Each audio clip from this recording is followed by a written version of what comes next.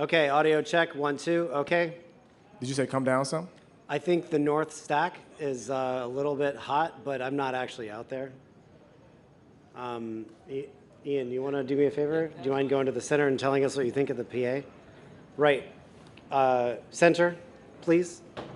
Josh, can you bring up? Yeah, you can switch out podiums. Test, test, test, test, 1, 2. This is the Australian Prime Minister's podium. Check 1, 2, 3, 4, 5, 6, 7, 8, 9, 10. Test, test.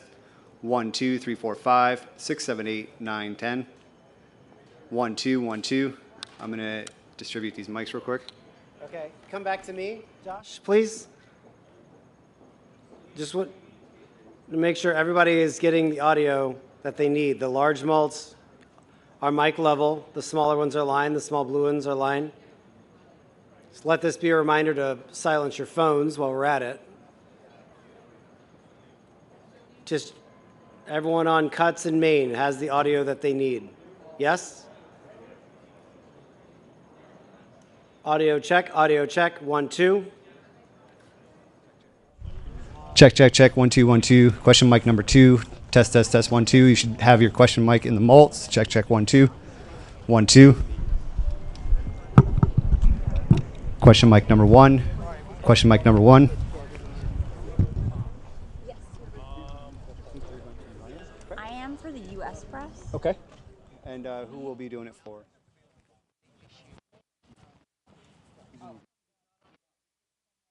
Press, and then is this the Korean mic? Yes. Okay, great. Yep.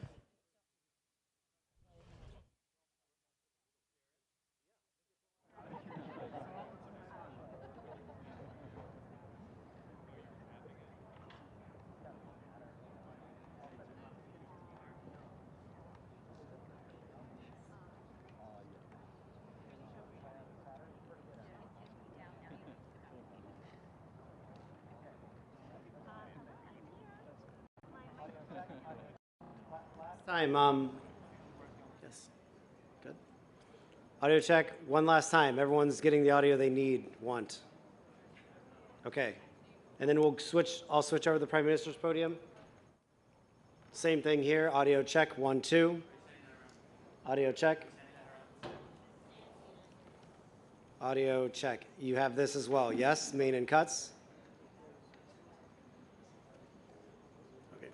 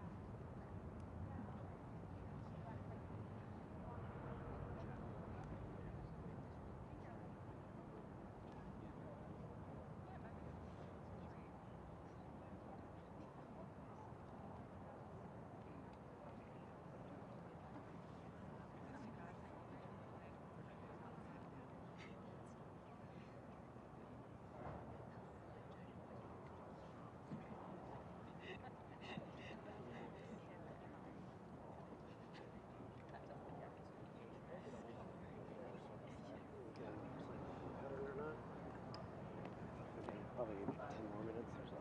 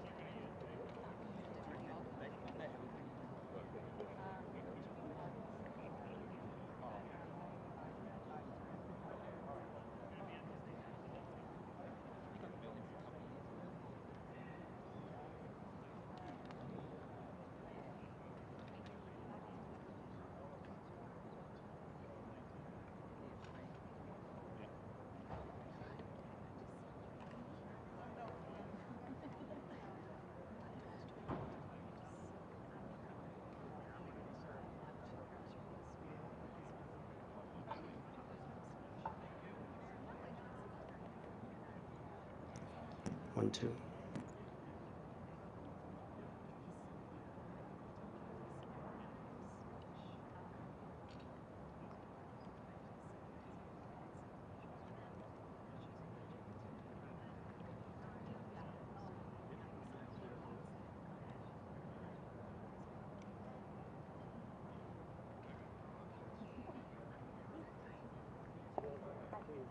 No, I have it right. I gave it to you. No, yeah, fair. Do you want to self-hang it out? Yeah. Yeah. Okay. I'm sorry. What? I missed. I understand. Thank you. He's just gonna give it to me. Hi.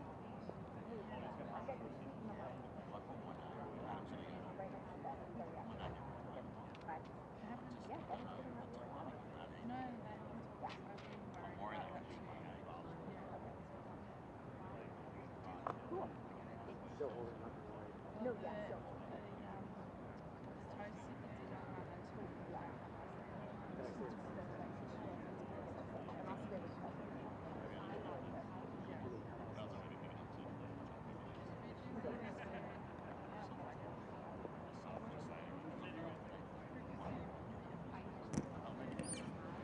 Distinguished guests, please find your seats and silence your cell phones. Thank you very much.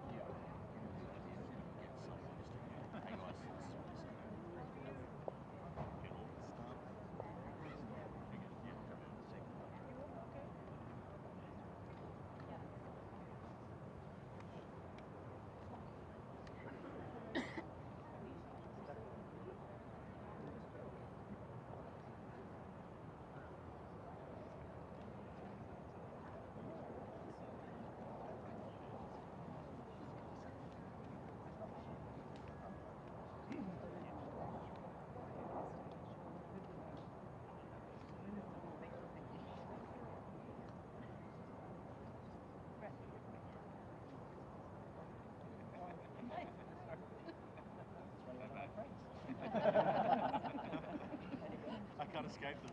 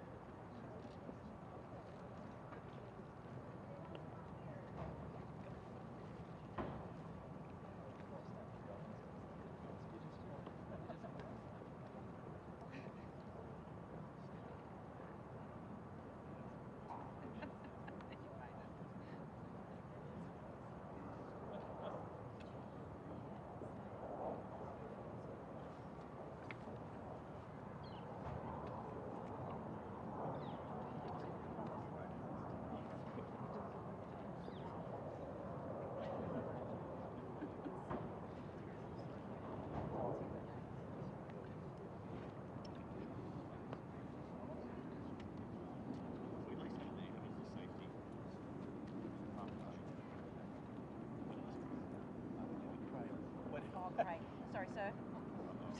We need one more. There had to be somebody that was missing. We knew there had to be somebody.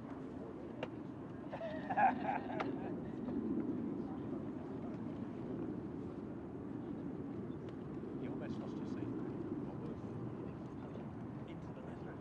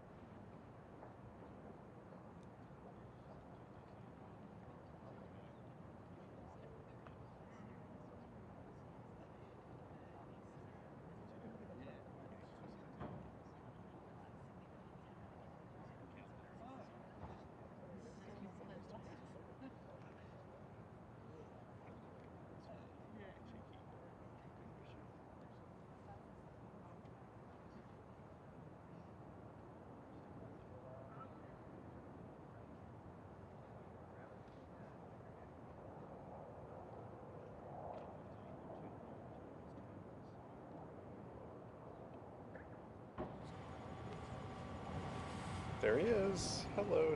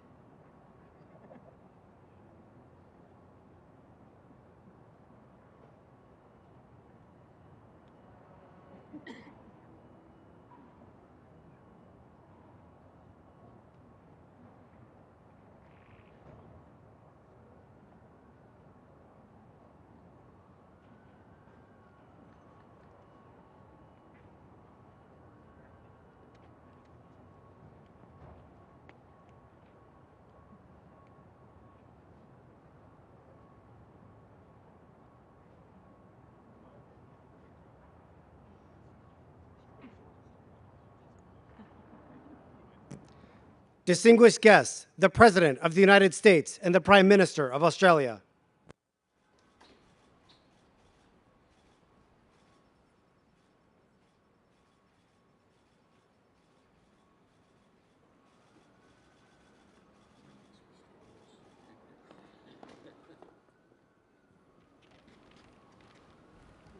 Over there, don't need these.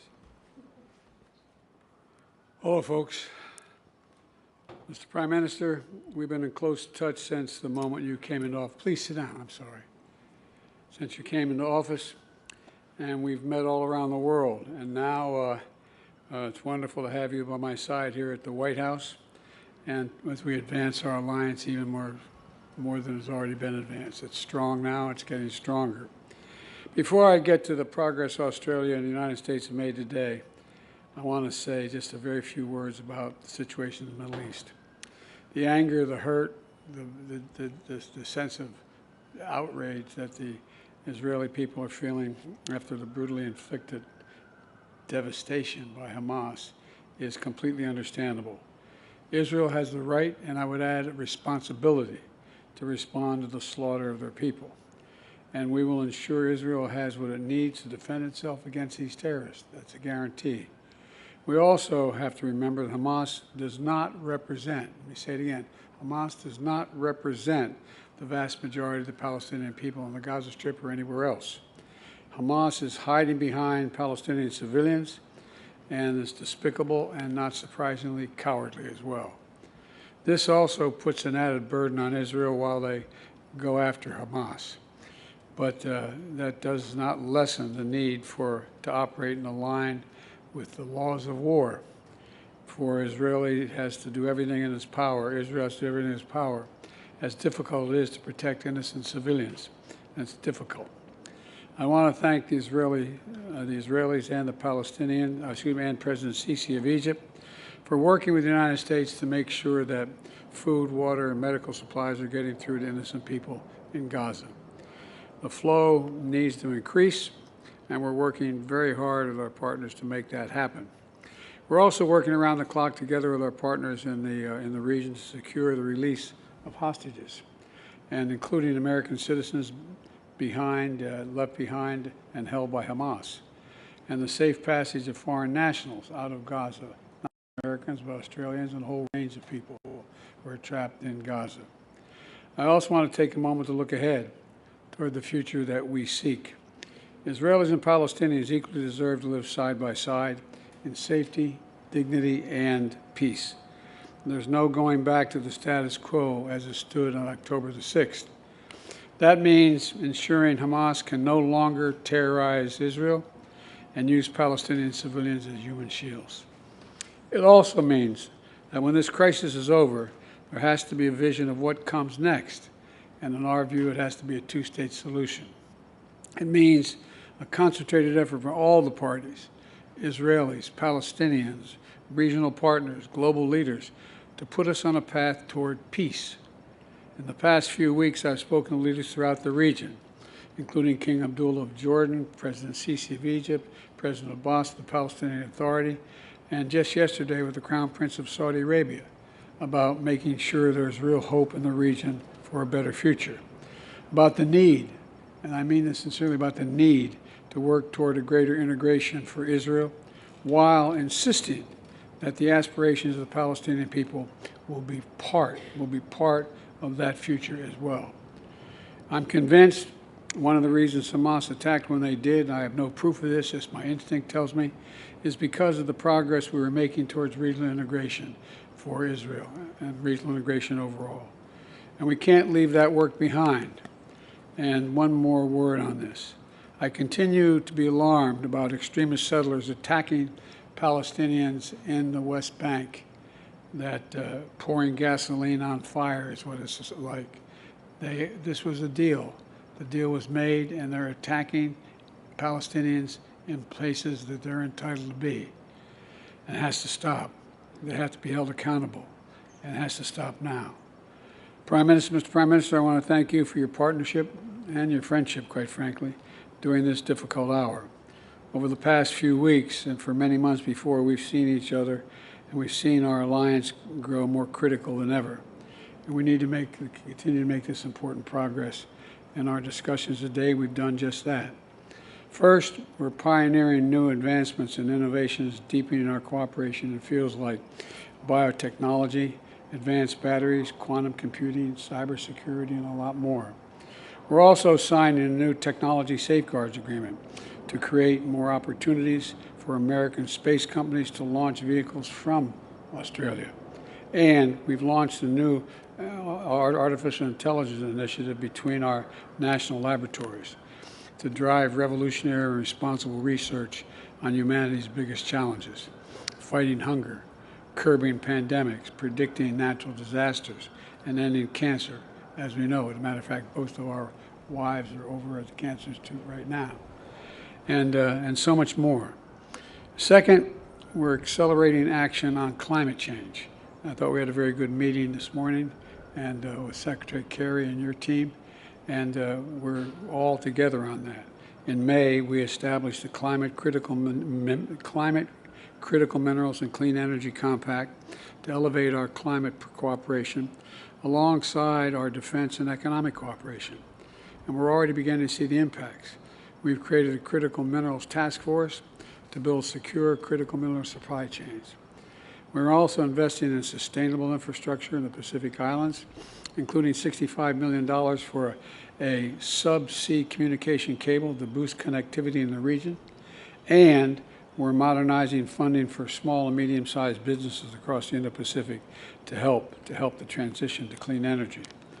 And finally, the alliance between Australia and the United States is an anchor, and I believe this from every fiber in my being, an anchor to peace and prosperity in the Indo-Pacific and, quite frankly, around the world.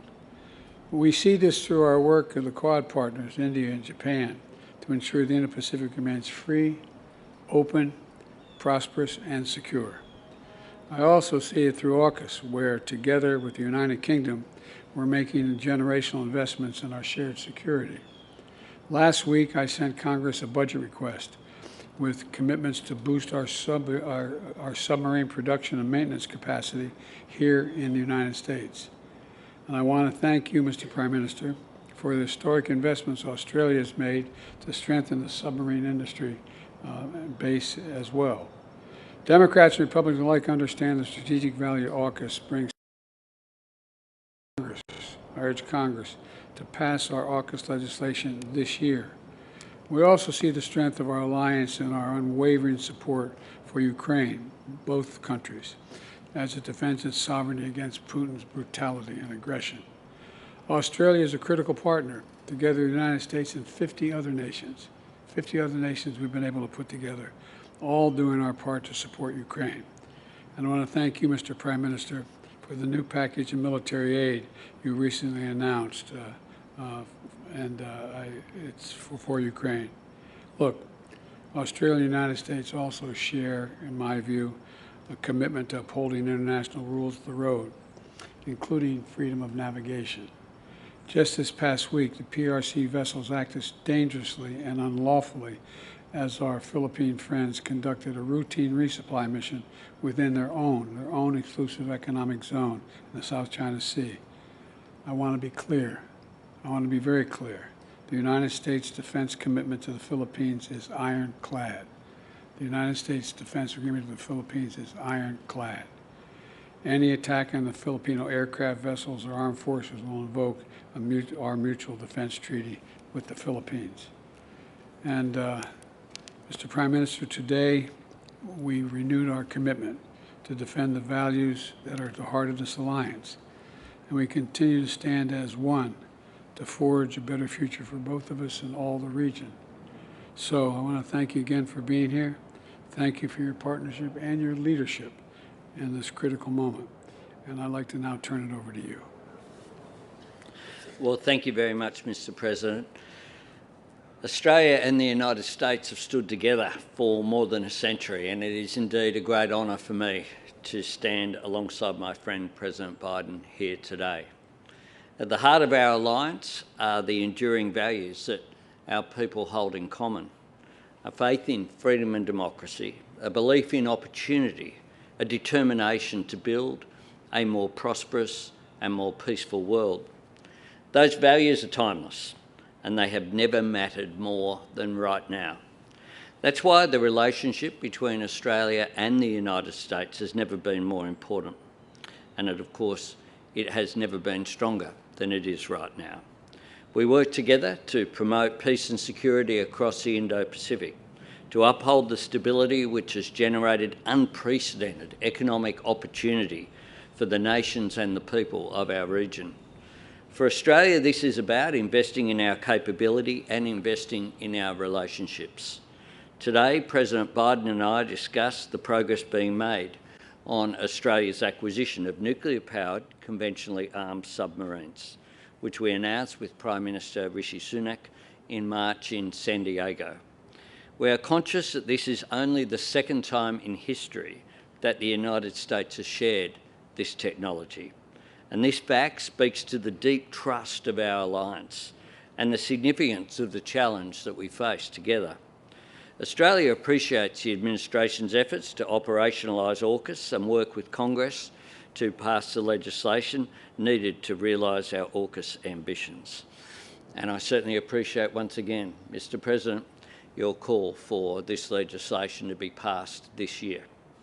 AUKUS will drive innovation and cooperation to provide the United States Australia and the United Kingdom with improved capability to help secure peace and stability in the Indo-Pacific.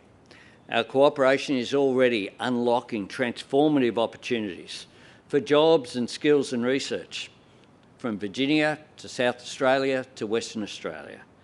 Australia and the US have a strong and growing partnership in new technology, from medical research to AI. And I join President Biden in welcoming Microsoft's $5 billion additional investment in Australia, which we announced this week here in Washington. The President and I agree that innovation is vital to addressing the environmental challenge of climate change and seizing the economic opportunities of clean energy. The Climate, Critical Minerals and Clean Energy Transformation Compact that we signed in May in Hiroshima is very much central to this. Climate change and clean energy becomes the third pillar of our alliance, alongside our security cooperation through ANZUS and our strong economic ties with the free trade agreement between our nations at its centre. The compact lays the foundation for our two countries to advance climate and clean energy action this decade, both at home and globally. Today we agreed new measures under the compact to support our energy transition, including the establishment of an Australia and US Clean Energy Industry Council comprised of business and public finance leaders to advise government on clean energy industry development and cooperation. We're working closely with the United States to build end-to-end sustainable, reliable and transparent supply chains for critical minerals. Of course, Australia has abundant supplies of these critical minerals that will drive our economies throughout this century: lithium, cobalt, copper, vanadium and rare earths. We want to connect that with American markets, investors and technology in a way that creates new jobs and opportunities for industry and workers in both of our nations. Cheaper, cleaner energy will reduce costs for households, but it will also power a new generation of manufacturing. Our alliance is also delivering for the Indo-Pacific region bilaterally and increasingly with our partners in the Quad. Australia and America are supporting the connectivity of the region, and today we announced the new funding for subsea cables in the Pacific, further support for infrastructure development, including efforts to increase the Pacific's access to financing, and that we'll work together through a new Pacific Banking Forum to ensure that our friends in the Pacific maintain access to the global financial system. Today we also discussed our joint position opposing Russia's illegal and immoral invasion of Ukraine. Australia stands with Ukraine, and President Biden welcomed the package of further assistance that I announced yesterday. This will provide Ukraine with additional military assistance, utilising the innovative technology that's produced by Australia's defence industry partners. Finally, of course, last night and again today, we spoke about the situation in Israel and Gaza. Australia unequivocally condemns the terrorism of Hamas. We grieve for the loss of every innocent life, whether that be Israeli or Palestinian. In times of crisis, respect for international humanitarian law is paramount. It is a recognition of our common humanity, and I commend the President for his leadership that he has shown in the example that he has set. Today I announced that Australia will provide an additional $15 million in humanitarian assistance for civilians in Gaza. This adds to the $10 million Australia has already committed and will help deliver life-saving assistance such as emergency water and medical services. The friendship between Australia and the United States was forged in hard times. We've served and sacrificed together in the cause of peace. We've helped each other through natural disasters. Australians and Americans share a rich history, but we always have our eye on the future. We're united by a determination to overcome the challenges that we face, and we share an ambition to seize those opportunities which lay ahead of us.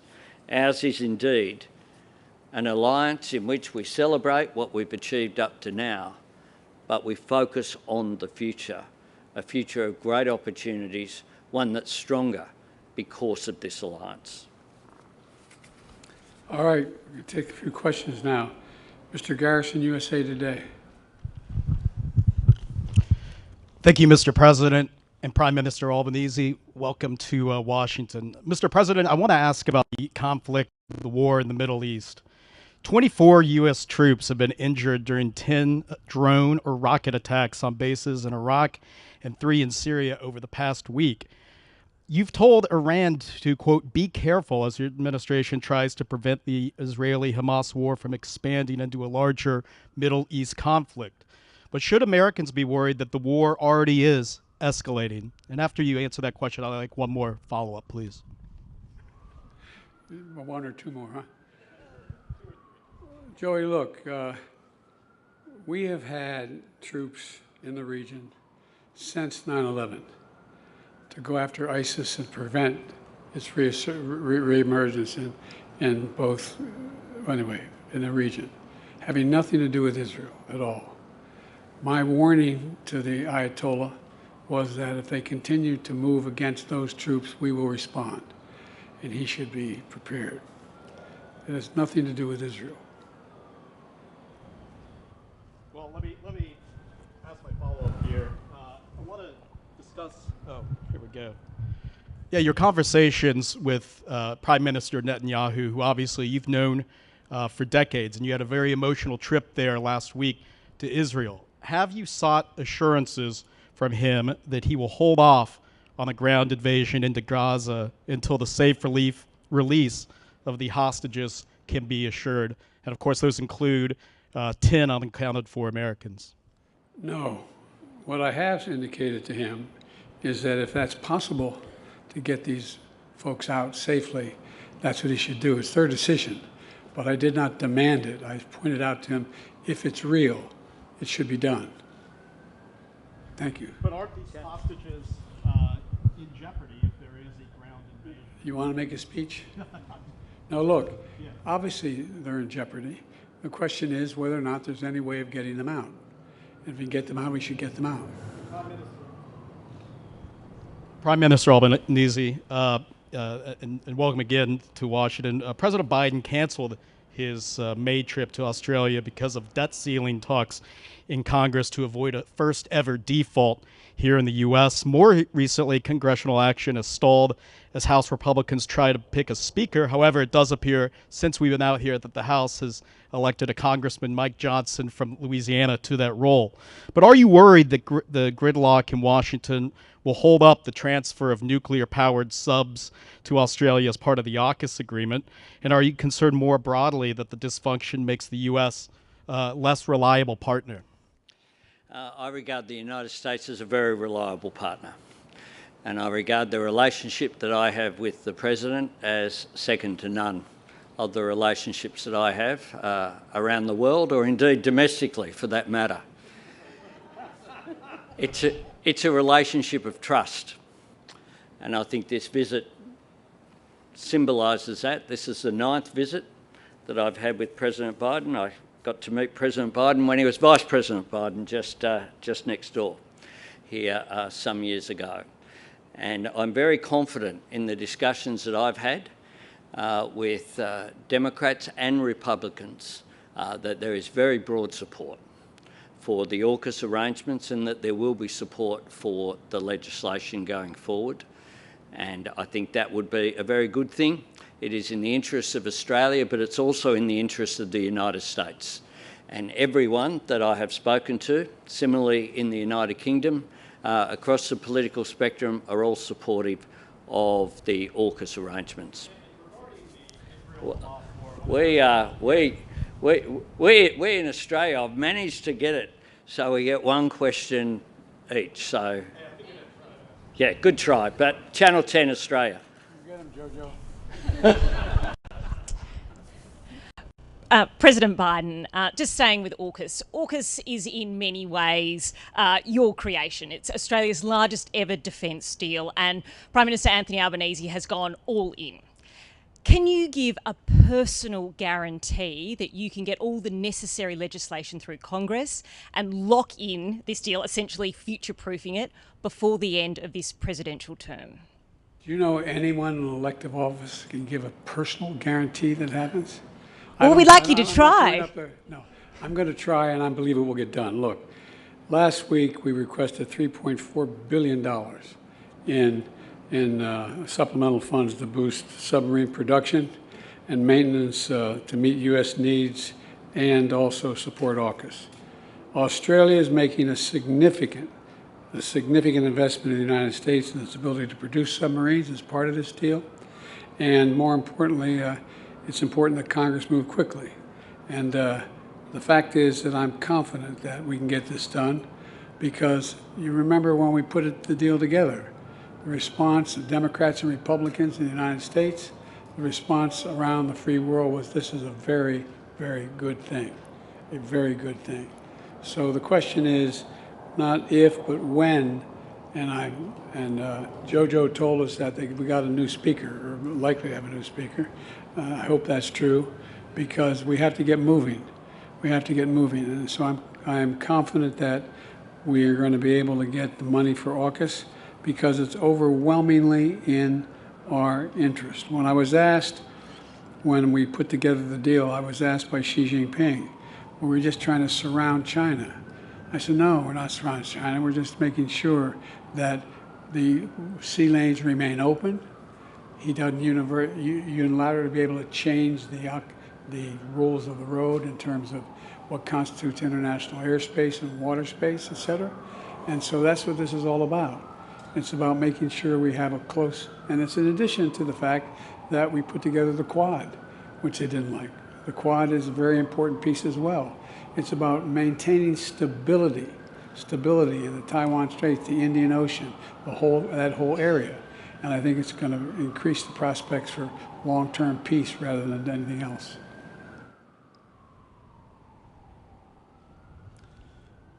Oh, I get that. I get that. Okay. PBS, Ms. Lopez. Mr. President, thank you. If I may, I have a breaking news question and then an Israel one. First, after 22 days, House Republicans just elected Mike Johnson of Louisiana as the Speaker of the House. Johnson advocated conspiracy theories about voting machines and a rigged election in 2020. He encouraged his colleagues to join a lawsuit to invalidate the results of 4 states. So if you win re-election in 2024, are you worried that a Speaker Johnson would again attempt to overturn the election? No. Why not?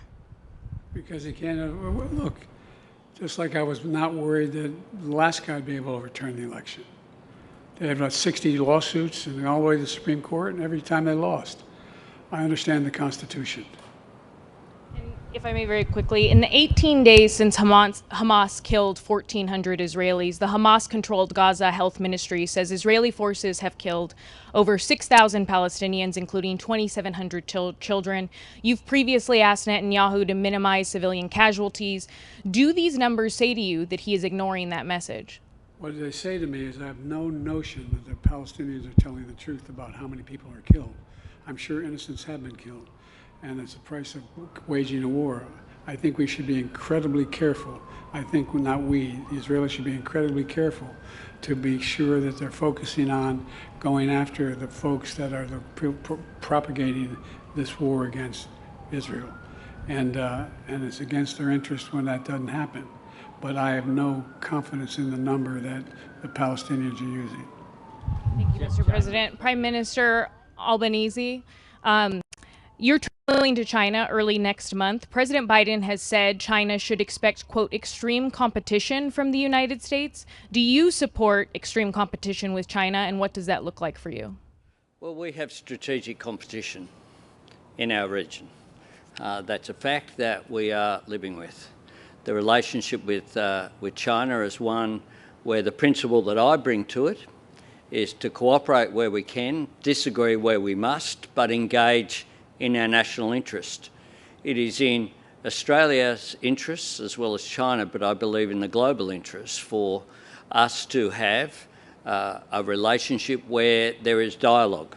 And hence I welcome the fact that I have been invited to China. I'll be travelling at the same time as we will commemorate 50 years since the first visit by an Australian Prime Minister, Gough Whitlam, to China in a short period of time now.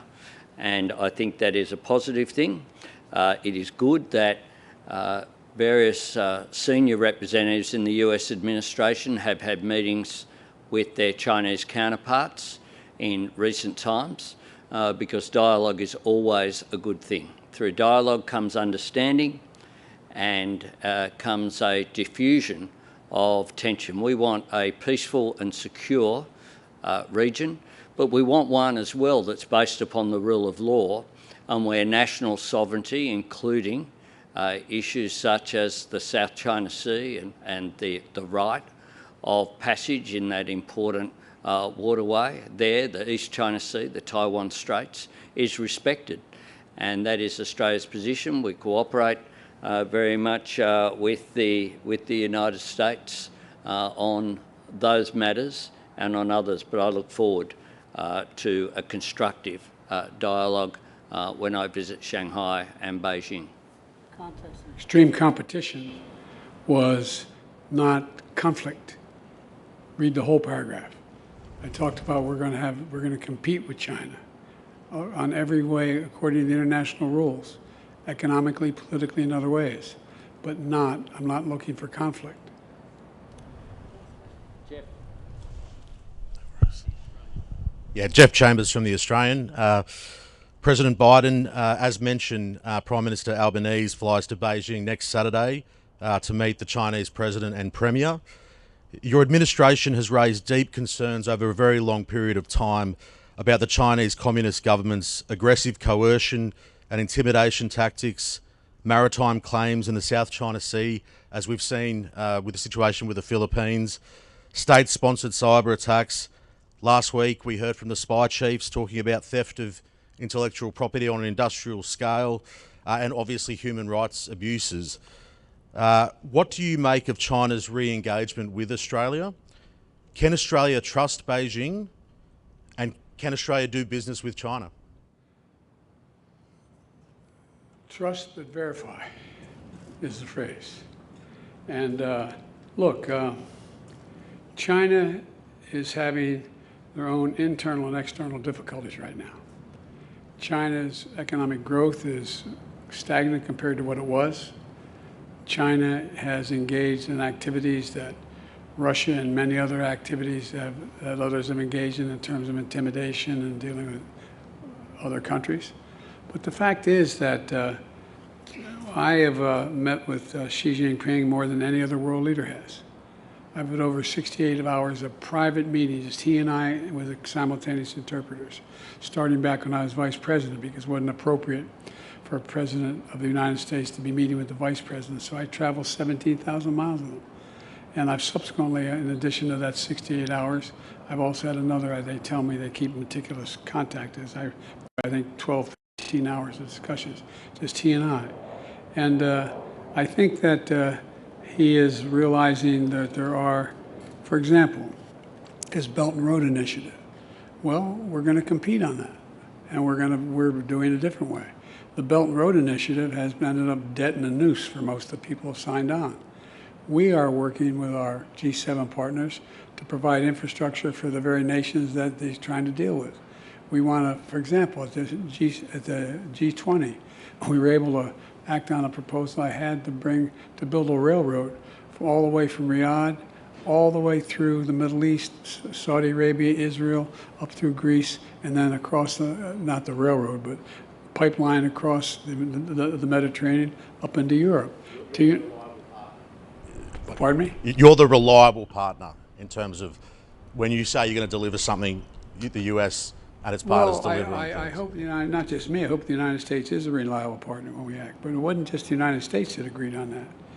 Because look, even to this day, when my discussions with the Saudis and the Crown Prince was he wants to see a reconciliation take place. It's overwhelmingly in his interest. It's in Saudi's interest. It's the idea that you'd have the nations of the Middle East cooperating economically and politically changes the dynamic significantly. And so I just think that it is it's something that it's in everyone's interest, including long-term in China's interest. Prime Minister as well. Have you had a chance to speak to Benjamin Netanyahu? I know there's been efforts made. Obviously, the president was there in Israel last week. Are you still endeavouring to speak to the Israeli Prime Minister? I am. I have spoken with the Israeli ambassador on a number of occasions. We continue to, though we understand that obviously Mr. Netanyahu has pressures on, which at the top of the list is not the discussion with the Australian Prime Minister. We understand the pressures which are there, but we have a request for a call-in. Thank you. Thank you.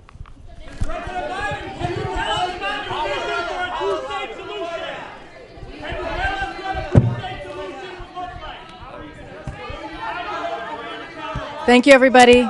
The press conference has now concluded. Thank you, everyone.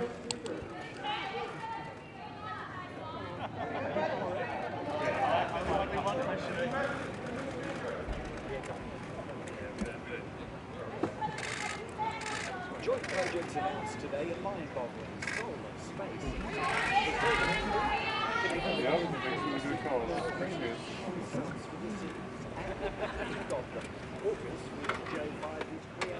Thanks, guys.